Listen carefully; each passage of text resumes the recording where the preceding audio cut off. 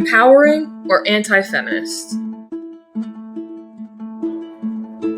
A look at how the dichotomy of women in Hinduism perpetuates the patriarchal structure. It is well established that in the Hindu tradition, a stark contrast exists, dividing the treatment and respect of female goddesses and that of mortal women.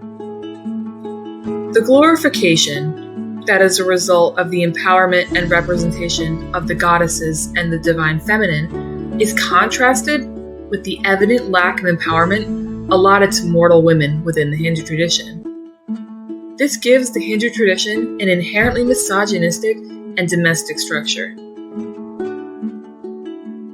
My thesis for this presentation is that therefore it is clear that the role of domesticity and subservience is assigned and fulfilled by Hindu women given their blatant lack of social empowerment. Despite the historical incorporation of representation, goddess worship, and empowerment of the divine feminine within the Hindu tradition, it is evident that there is a dichotomy between the philosophical and religious reverence and the reality of the treatment of women. This dichotomy is responsible for the continuity of the patriarchy and the misogynistic subjection of women of Hinduism.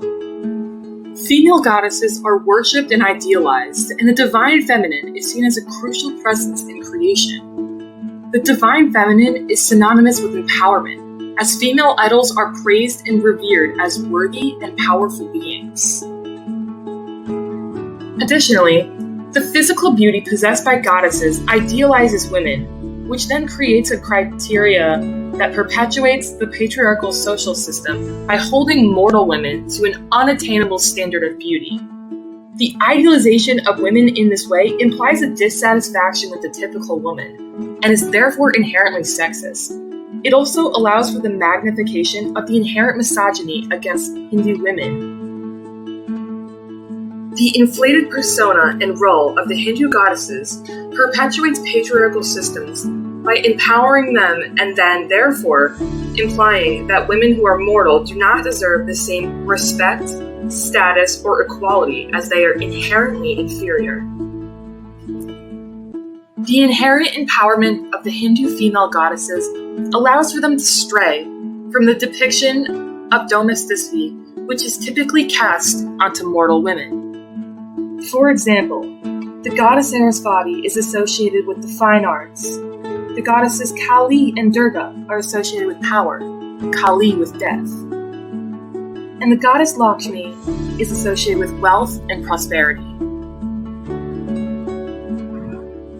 Inversely to the depiction of the divine feminine and Hindu goddesses, the mortal female in the Hindu tradition is merely painted as being a walking source of controlled domesticity. The lacking empowerment in mortal woman has observable ties to the social and philosophical dichotomy. Mortal females are victims of the historical repression of the patriarchy, lacking in empowerment and brought up with soci-ideologies romanticizing domesticity. Historically, this is relevant to the evidently lacking sense of female autonomy, as it has been repressed by the intensely patriarchal society since the foundations of Hinduism first arose. This repression has contributed to both the continuity of domestic roles and a generalized lack of empowerment within Hindu women. It is stated that this absence of empowerment within Hindu women is a necessity at achieving any dismantling of the patriarchy or recognition of equal social roles.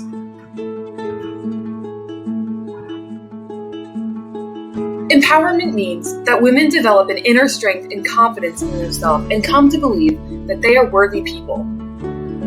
This is a vital thought regarding the future of not only females, but the social structure of the Hindu tradition moving forward, as it essentially warns how the lack of strength and confidence is the key aspect of duality between the reality of treatment of mortal women and that of Hindu goddesses. The Hindu tradition thus far has been systematically reliant on the structure imposed by the patriarchy, as it grants social means for which to categorize women as subservient. The patriarchy creates a society within Hinduism which glorifies an evident lack of empowerment allotted to mortal women in the Hindu tradition. Therefore, taking away aspects of the Hindu tradition that stifle female empowerment would lead to a dissolvement of the patriarchal society which confines them. The existence of the dichotomy surrounding the depiction of mortal versus divine Hindu women supports the patriarchal structure through creating unrealistic standards, comparisons, and criteria. It is ultimately observable that the creation of this distinction between divine and mortal females is a byproduct of a male-centered society which has yielded over-idealized and misogynistic social and religious processes unto women.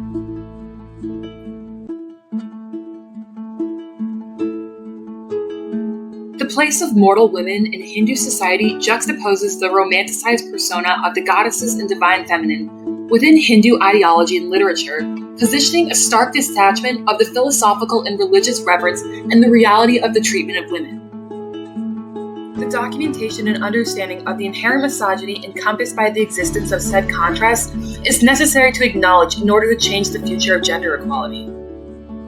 In conclusion, the most notable impact of this dichotomy in society is the effect on women's subservience, and the most notable way to reverse this practice would come from the integration of agents which would empower women, as unempowered women cannot be motivated to participate in bringing about their own emancipation. The misogynistic implications surrounding the depiction of women in the Hindu tradition is a relevant role which can be utilized along with modernized social rhetoric to acknowledge the historically marginalized and disadvantaged role of women in Hindu society.